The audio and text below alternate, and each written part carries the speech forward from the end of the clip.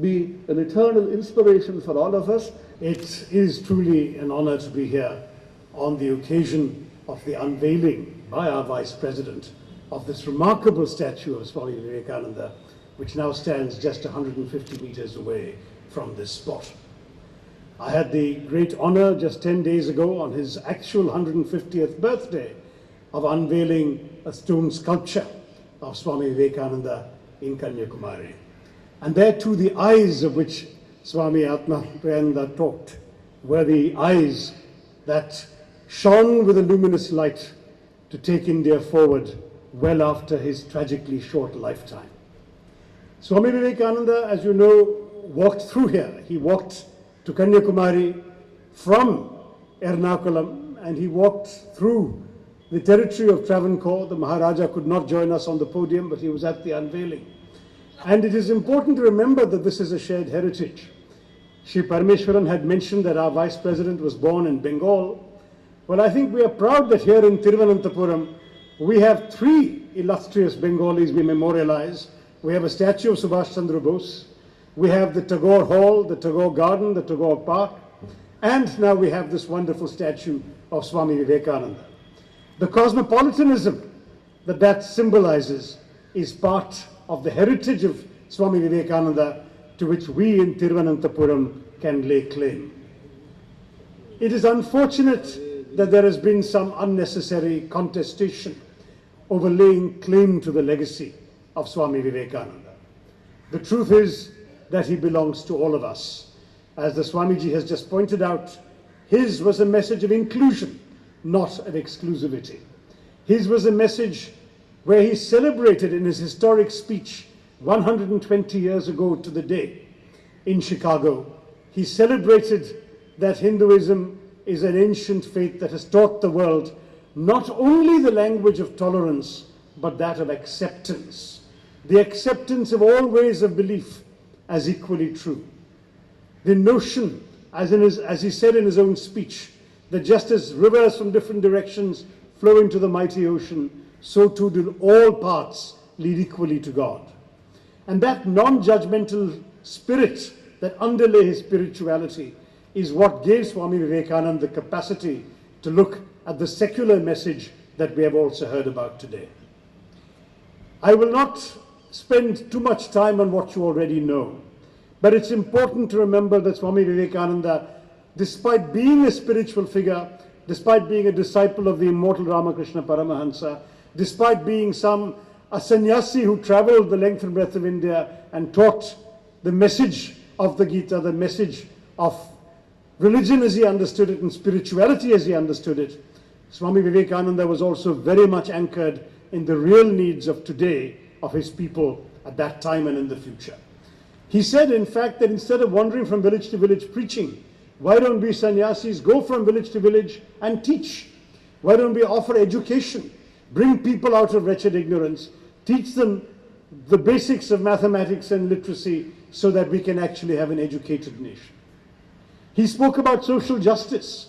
Swami Vivekananda declaimed against the fact that in our country we have both palaces and hovels, that what kind of a nation can we be as long as people live in huts without enough to eat. And he said that national unity was what we needed to progress in this country. Swami Vivekananda said, as long as we are not united, even though we've emerged from the same womb, if we are a disunited rabble, he said, how can we expect to succeed in progress? Swami Vivekananda was an extraordinary figure. Even though he died at 39, the ideas and thoughts he left behind can animate another 39 years of discourses and discussion and learning. But the remarkable thing about his legacy to us today is that all of us can lay claim to it with the openness of heart that was his, with the brightness in his eyes that shone the path to all of us. He was a giant of his time. He was also a human being capable of human behavior. The fact that he occasionally took a drink, the fact that he occasionally ate meat was held against him by the purists. But the fact is that he never considered himself detached from the world. His spirituality was anchored in the world. And that, to my mind, is a great lesson that he leaves those of us in public life.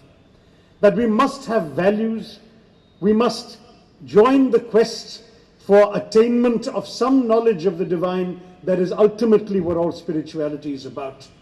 But that spirituality becomes meaningless if it is not anchored in a genuine concern for the well-being of ordinary people in our country. He taught us a nationalism that was anchored in a spiritual yearning. He taught us values that actually mandated change in the arrangements of our society. He refused to accept when religion was cited in favor of iniquitous social practices. He decried child marriage, for example, and specifically there was a speech of his in which he said, an 8-year-old girl being married to a 30-year-old man, how dare people defend this in the name of religion? He condemned all of these excesses. He was a religious reformer as well as a social reformer, and of course he was a great visionary. In my own field that I'm now working in, his words on education, his reflections on education, his thoughts on education can continue to animate our work for years to come.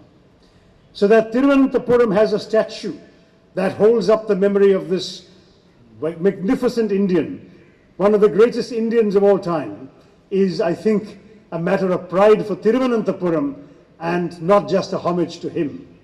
We will bask in the light cast by those amazing eyes.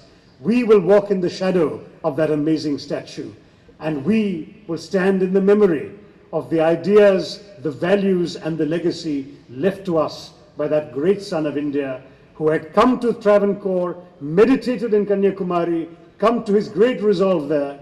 That son who belongs to us as much as he belongs to the Belur Mutt, a man whom we honor and will always see silent but watching us in the city of Thiruvananthapuram. Thank you and congratulations to those who have got together to erect the statue, and let me add my own humble word of gratitude to the Vice President for having come here to unveil it.